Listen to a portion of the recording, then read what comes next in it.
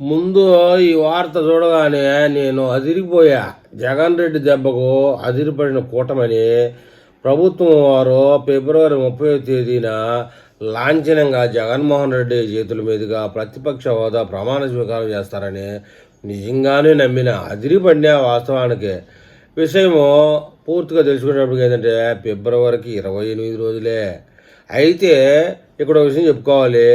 ఫిబ్రవరి 28వ తేదీ ఆంధ్రప్రదేశ్ రాష్ట్రంలో వృద్ధాప్య పింఛన్లు, వికలాంగ పింఛన్లు పంపిణీ చేస్తారు. ఎందుకంటే మరుసటి రోజు 1వ తేదీ ఆదివారం కాబట్టి. అప్పుడు అర్థమైంది నాకు, అరే ఫిబ్రవరిలో 28 రోజులే కదా, 30వ తేదీ ఏంది ప్రతిపక్ష నాయకుడికి హోదా ఇచ్చేది ఏంది, ఓహో ఇది కామెడీ ఫూల్ చేసేయడానికా అని చెప్పేసి.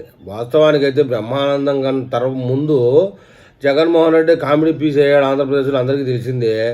ఇటీవల గన్నవరం ఎయిర్పోర్ట్లో కలిసినప్పుడు కూడా బ్రహ్మానందం జగన్మోహన్ రెడ్డి నాకంటే నిన్నే కామెడీగా వాడుకుంటున్నారబ్బా మేమర్స్ వాళ్ళు వీళ్ళందరూ, జాగ్రత్త, నీ యొక్క నా పాత్రని నీకు తగిలిచ్చాం కాబట్టి జాగ్రత్తగా మెయింటైన్ చేసుకో, ఏమాత్రం తగ్గని కాకు, క్రేజీ అని చెప్పాడు బ్రహ్మానందం.